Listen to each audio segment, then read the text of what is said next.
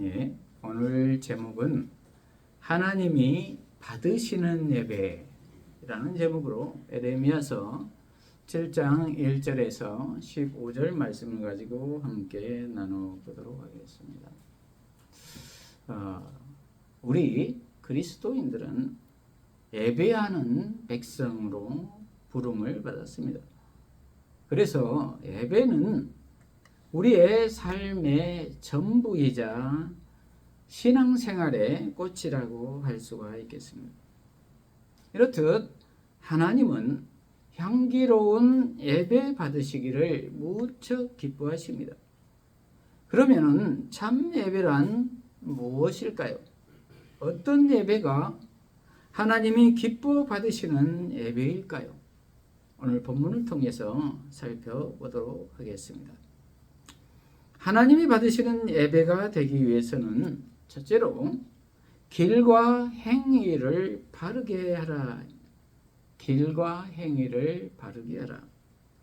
1절에서 2절을 보면은 여호와께로부터 에레미야에게 말씀이 임하니라 이르시되 너는 여호와의 집 문에 서서 이 말을 선포하여 이르기를, 이렇게 기록하고 있습니다. 에레미야는 자신의 말을 하는 것이 아니라 여호와께서 받은 말씀을 선포하고 있다라는 것입니다. 어디에서 선포하고 있습니까? 여호와의 집 문에 서서입니다. 그것은 즉 성전입니다. 오늘날 교회당입니다. 믿지 않는 사람들에게 선포하는 것이 아니라 예배드리러 오는 교인들을 향해 선포하고 있다는 것입니다. 왜 그럴까요? 성전에서 잘못된 예배를 드리고도 정작 자신은 예배를 잘 드리고 있다고 생각하는 것이 문제라는 것입니다. 그것을 일깨우라는 것입니다. 먼저는 이웃과의 관계에서의 부패입니다. 5절에서 6절에 보면은 그들은 믿는다고 하면서도 이웃들과의 관계에서 정의를 행하지 않고 고아와 과부를 압제한다는 것입니다. 편법을 행하여서 부를 쌓고 그 부로 고아와 과부와 약자를 압제한다는 것입니다. 그리고 재판을 굽게 하여 무죄한 자의 피를 흘리게 한다는 것입니다. 죄를 억울하게 덮어 씌운다는 것입니다. 그리고도 성전에 나와서는 여호와의 성전이라 여호와의 성전이라 여호와의 성전이라 3번씩이나 확신을 가지고 이것이 여호와의 성전이다 이렇게 말하고 있다는 것입니다. 그 말은 자신이 거하는 이곳에 지금 하나님이 임재하고 계신다는 것입니다. 그 말은 자신들은 하나님께 합당한 거룩한 예배를 드리고 있기 때문에 그래서 구원받을 것을 확실히 믿는다는 것입니다. 그러나 4절 말미에서 하나님께서는 너희는 이것이 여호와의 성전이라 하는 거짓말을 믿지 말라 이렇게 말씀하고 있습니다. 이렇게 이웃과의 관계가 현저히 파괴되어 있는데도 성전에 나와서 예전과 예식을 드리면 예배가 되는 것이 아니다라는 것입니다. 그러한 예배는 받지 않으신다는 것입니다. 마태복음 5장 23절에서 24절을 보면 예수님은 산상수훈에서 그러므로 예물을 제단에 드리려다가 거기서 내 형제에게 원망 들을 만한 일이 있는 것이 생각나거든 예물을 제단 앞에 두고 먼저 가서 형제와 화목하고 그 후에 와서 예물을 드리라 이렇게 말씀하고 있습니다. 먼저 내 형제와 내 이웃과 화목한 후에 그리고 와서 예물을 드리라는 것입니다. 그런데 오늘날 우리의 모습은 어떻습니까?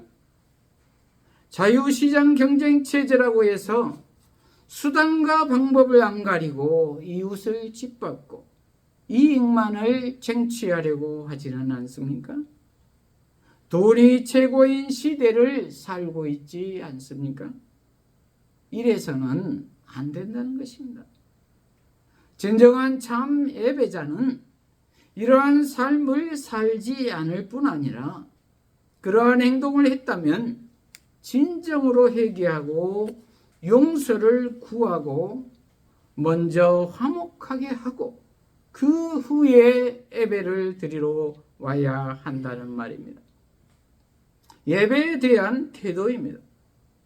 하나님이 원하시는 이웃 사랑을 행함으로 실천해야 한다는 말입니다. 저와 여러분은 어떻습니까? 이웃에게 길과 행위를 바르게 해야 할 줄로 믿습니다. 그리고 6절 말미에는 하나님과의 관계에서 신실해야 한다는 말입니다.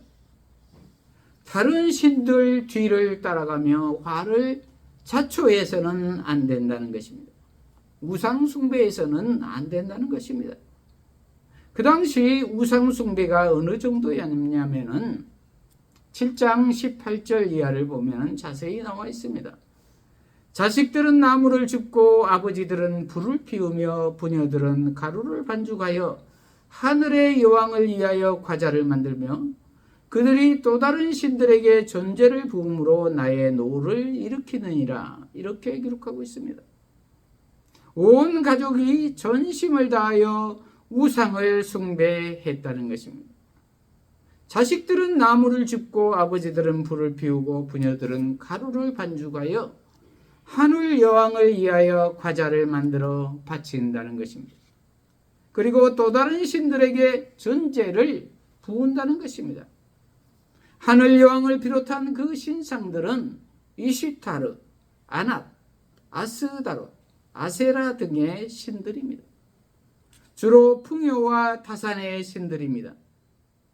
그리고 더 하나님이 노하신 것은 성전에 언약궤를 모시고 있으면서도 이러한 우상들을 함께 들여다 놓았다는 것입니다.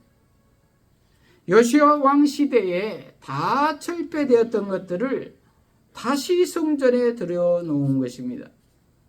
그리고 도처도처에 산당들도 다시 재개되었다는 것입니다. 그러면서도 그들은 아무 문제의식도 느끼지 않는다는 것입니다. 왜 그랬을까요? 하나님을 잘 믿는다고 선택받는 왕이라고 자처했던, 그리고 종교개혁을 해서 우상을 다 철폐하고 성소 단일화를 실행했던 요시야 왕이 열왕기상 23장 29절을 보면은 애굽과의 전쟁에서 허망하게 죽은 것입니다. 그리고 남유다는 북방 나라들에 의해 침략을 받을 위기에 놓여 있었기 때문에 하나님을 잘 믿어도 소용이 없구나, 이러한 생각을 했다는 것입니다. 그래서 이전에 섬겼던 우상을 겸하여 섬기면 더 복받지 않을까 해서 다시 우상을 성전에나 산당에 들여다 놓았다는 것입니다. 그리고 정성스럽게 제사를 드렸다는 것입니다. 하나님께 예배도 드리고 우상에게도 제사를 드리고 이렇게 양다리를 걸친 것입니다. 그랬더니 모든 일이 더 잘 되더라는 것입니다. 그래서 지도자들을 비롯해서 모두가 평안하다 평안하다 이렇게 지낸다는 것입니다. 그래서 예레미야서 44장 17절을 보면은 하늘의 여왕을 숭배하니 오히려 먹을 것이 풍부하며 복을 받고 재난을 당하지 아니하였다, 이렇게 스스럼 없이 말하고 있습니다. 우리도 예수 안 믿어도 더 사업도 잘 되고 인간관계도 잘 되고 취미생활도 즐겁고 더 행복하게 산다고 생각한 사람들이 있지 않나요? 그리고 자식들도 남편들도 모두 돈이라는 신을 향해, 명예와 권력과 건강이라는 신을 향해 달려가고 있지는 않나요? 그럴 때에 에레미야 선지자가 나타나서 성전 문 앞에서 하나님의 말씀을 선포하고 있는 것입니다. 그들은 십계명 중 첫째 계명인 나 외에는 다른 신을 섬기지 말라는 것을 범하고도 아무 문제의식을 느끼지 않는다는 것입니다. 그리고 성전에 언약궤와 우상을 함께 놓고 대놓고 하나님을 배신합니다. 그리고 하나님보다도 더 하늘 여왕을 정성스럽게 섬깁니다. 그러니 하나님께서 진노하시지 않겠습니까? 오늘날 저와 여러분도 하나님과 재물을 겸하여 섬기지는 않습니까? 취미와 건강과 명예와 권력을 하나님과 겸하여 섬기지는 않습니까? 그렇다면 회개해야 할 줄로 믿습니다. 그리고 전심으로 하나님만을 섬겨야 할 줄로 믿습니다. 그렇습니다. 참 예배를 드리기 위해서는 이렇듯 생활과 행실을 바르게 해야 합니다. 그리고 정의를 행하며 약한 자를 억압하지 아니하며 무죄한 자의 피를 흘리거나 헛된 신을 따르지 않아야 합니다. 이렇게 언약의 법을 잘 지킬 때에 비로소 예배는 가치를 지니게 됩니다. 이렇듯 바른 삶의 열매로 나아갈 때 하나님이 기뻐하시는 예배가 될 것입니다. 둘째로 거짓 안전에 안주하지 말라입니다. 거짓 안전에 안주하지 말라.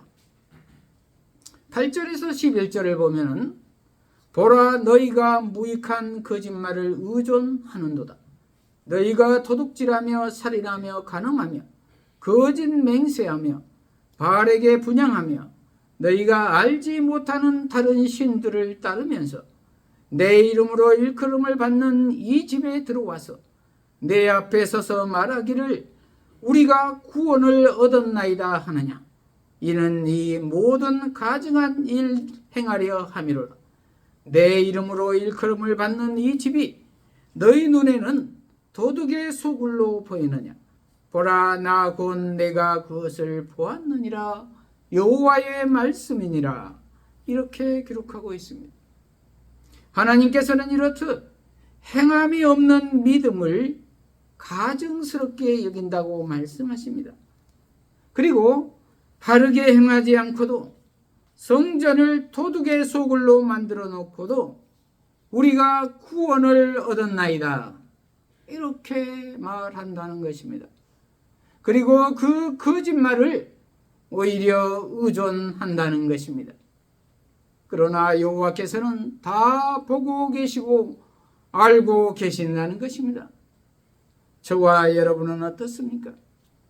하나님의 뜻대로 살지 않으면서 구원을 받았다고 확신하고 있지는 않습니까?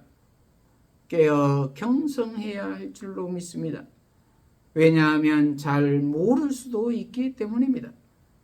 요한복음 2장 14절에서 16절을 보면은 예수님께서 상을 엎으시고 소와 양과 비둘기를 내쫓으십니다. 그리고 내 집은 기도하는 집이라며 장사하는 집으로 만들지 말라고 하시며 성전을 청결하게 하십니다. 그런데 나을 때부터 성전에서 비둘기를 팔고 환전 매매상을 하는 사람은 그것이 정당하다고 생각하지 않겠습니까? 멀리서 번제를 드리려고 오는 양과 소와 비둘기를 매매해주고 환전해주는 일에 대해서 그것이 거룩한 성전을 훼손한다고 생각하지 않기 때문입니다. 그런데 예수님은 상을 들러 부시고 채찍을 들어 다 쫓아내시지 않습니까? 그러므로 우리는 지금 아무 문제 없이 모태신앙으로 신앙생활을 잘하고 있다고 생각할 때에 과연 내가 잘하고 있나를 깊이 생각해야 한다는 말입니다. 우리 몸은 주님이 거하시는 성전이라고 했습니다.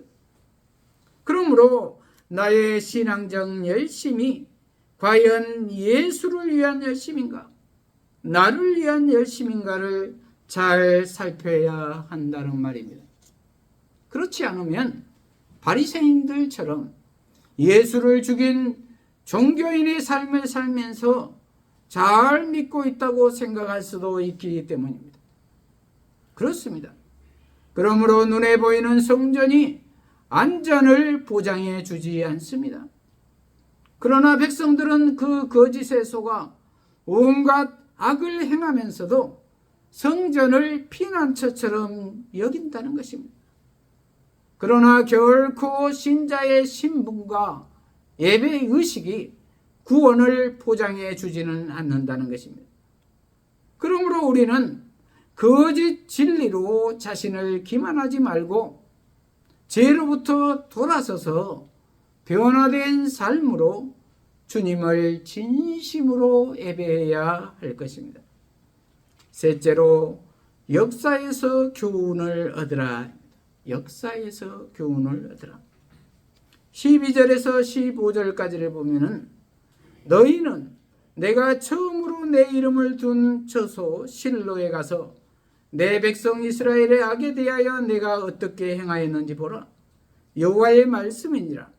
이제 너희가 그 모든 일을 행하였으며 내가 너희에게 말하되 새벽부터 부지런히 말하여도 듣지 아니하였고 너희를 불러도 대답하지 아니하였느니라. 그러므로 내가 실로에 행함같이 너희가 신뢰하는 바 내 이름으로 일컬음을 받는 이 집 곧 너희와 너희 조상들에게 준 이곳에 행하겠고 내가 너희 모든 형제 곧 에브라임 온 자손을 쫓아낸 것 같이 내 앞에서 너희를 쫓아내리라 하셨다 할지니라. 이렇게 기록하고 있습니다. 여호와께서는 실로를 예를 들어 예루살렘이 처할 운명을 설명하고 있습니다. 실로는 여호와가 자신의 이름을 두었던 곳이며 엘리가 제사장으로 활동했을 당시에는 법궤가 있었던 장소입니다. 그리고 무엇보다 사무엘이 이스라엘의 영도자로 성장한 장소입니다.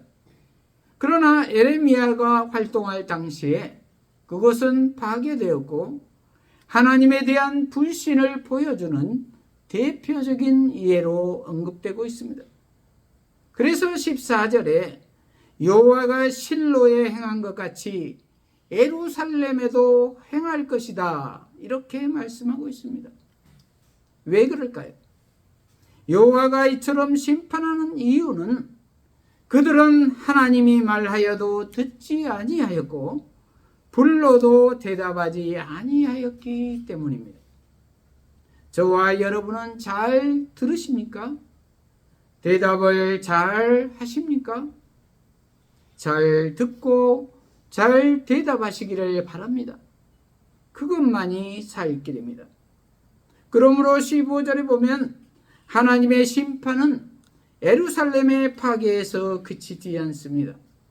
내가 너희 모든 형제 곧 에브라임 온 자손을 쫓아낸 것 같이 내 앞에서 너희를 쫓아내리라 하셨다 할지니라. 이렇게 기록하고 있습니다. 이 말은 북이스라엘이 아수르의 포로로 끌려감 같이 남유다는 북방에서 오는 대적 바벨론의 포로가 될 것이라는 것입니다. 이렇듯 교회가 무너지고 사라지고 타락하여 벌어진 역사가 오늘 우리의 미래가 되지 않으란 법은 없다는 것입니다. 성지 탐방을 가보니 그때는 그렇게 화려했던 신약의 교회들이 다 파괴되어 버리고 이슬람 국가가 되어버린 것을 볼 수가 있었습니다. 참 안타깝고 씁쓸했습니다. 그렇습니다. 신앙생활을 위선적이고 가증하게 행하는 이들에게 실로를 예를 들어 경고하십니다. 언약궤가 있다고 전투에서 승리하는 것이 아니듯 성전이 있다고 하나님의 부호를 받는 것은 아니라는 것입니다. 그러므로 우리 역시 삶과 행실을 고치라는 말씀을 무시할 때, 그리고 행함으로 살지 않을 때 실로처럼 파괴될 것입니다. 왜냐하면 안정과 부호는 언약을 지킬 때 주어지는 것이기 때문입니다. 말씀을 마무리합니다. 이렇듯 예배와 삶은 분리될 수가 없습니다. 예배는 바른 삶의 열매로 드릴 때 흠양하실 만한 것이 됩니다. 그러므로 삶이 예배가 되게 해야 할 것입니다. 그래서 예배가 의의 삶으로 나아가는 힘의 원천이 되게 해야 할 것입니다. 그리고 우리 몸을 산제사로 드리는 영적 예배자가 되어야 할 것입니다. 저와 여러분은 하나님이 받으시는 예배를 드리고 계십니까? 그러려면 첫째로 길과 행위를 바르게 해야 할 줄로 믿습니다. 하나님과 우상을 겸하여 섬기지 않아야 할 것입니다. 하나님보다도 더 우상하는 것은 없어야 할 것입니다. 그리고 편법에 쓰지 않고 공의를 행하며 고아와 과부를 돌보며 이웃을 향하여 바르게 살아야 할 것입니다. 둘째로 거짓 안전에 안주하지 말아야 할 것입니다. 실제 삶 속에서 행함의 열매는 전혀 없으면서 선데이 크리스찬으로서 주일날 예배를 드렸기 때문에 구원을 받았다고 생각해서는 안 된다는 것입니다. 나의 주인이 예수님인가를 늘 확인해야 한다는 말입니다. 그리고 예수로 충만한 삶을 살아야 할 것입니다. 셋째로 역사에서 교훈을 얻어야 할 것입니다. 실로의 교훈을 기억해야 할 것입니다. 언약궤 자체가 능력이 아니라 말씀이 능력이라는 것을 기억해야 할 것입니다. 그리고 순종해야 할 것입니다. 이러한 우리 모두가 되시기를 축복합니다. 기도하십시다. 하나님 아버지, 오늘 하나님이 받으시는 예배라는 제목의 말씀으로 깨닫게 하시니 감사합니다. 우리 모두가 길과 행실을 바르게 행하여 변화된 삶의 열매 예배를 드리게 하시고 거짓 안전에 안주하지 말게 하시며 예수로 충만하게 하여 주시옵소서.